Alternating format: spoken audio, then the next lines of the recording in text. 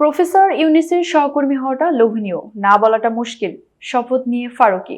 অন্তর্বর্তী সরকারের উপদেষ্টা হিসেবে শপথ নেওয়ার পর নির্মাতা মুস্তফা সরোয়ার ফারুকী বলেছেন, আমি কখনোই কোনো পদ কিংবা কোনো চেয়ারে বসবো এটা ভাবি নাই, কিন্তু প্রফেসর ইউনিসের সহকর্মী হওয়াটা টেম্পটিং, না বলাটা মুশকিল। আজ সন্ধ্যা 7:30টার পর বঙ্গভবনে শপথ নেন মুস্তফা সরোয়ার ফারুকী। শপথ শেষে সাংবাদিকদের মুখোমুখি হন তিনি। তাৎক্ষণিক প্রতিক্রিয়ায় ফারুকী বলেন, আমি আশা করি যে কয়দিন কাজ করব কিছু পরিবর্তন হয়তো ঘটাতে পারবো। যদি ঘটাতে পারি মনে করব যে উদ্দেশ্য নিয়ে এসেছি সেটা সফল হবে। ছাত্র জনতার অভ্যুত্থানের শুরু থেকেই এই আন্দোলনের পক্ষে সরব ছিলেন ফারুকী। শেখ হাসিনা সরকারের পতনের পর গত 8 আগস্ট ডক্টর ইউনূসকে প্রধান উপদেষ্টা করে অন্তর্বর্তীকালীন সরকার গঠিত হয়।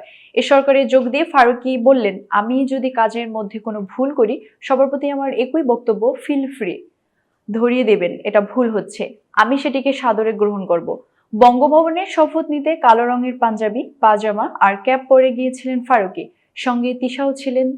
দাম্পত্য সঙ্গী ফারুকীর ভিডিওতে পোস্ট করে তিশা লিখেছেন, নতুন পথ চলার জন্য তোমাকে অভিনন্দন, আলহামদুলিল্লাহ।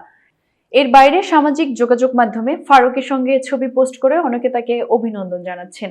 নির্মাতা স্বপন আহমেদ, নির্মাতা খিজির হায়াত খান, নির্মাতা রশিদ পলাশ, নির্মাতা গৌতম কৌরি, সঙ্গীত শিল্পী এলিট সহ অনেকে ফারুকীকে অভিনন্দন জানান। এতক্ষণ বার্তা বৈঠকের সঙ্গে থাকার জন্য ধন্যবাদ। নতুন নতুন তথ্য ও সংবাদ পেতে বার্তা বৈঠকের ইউটিউব চ্যানেল ও ফেসবুক পেজের সাথেই থাকুন।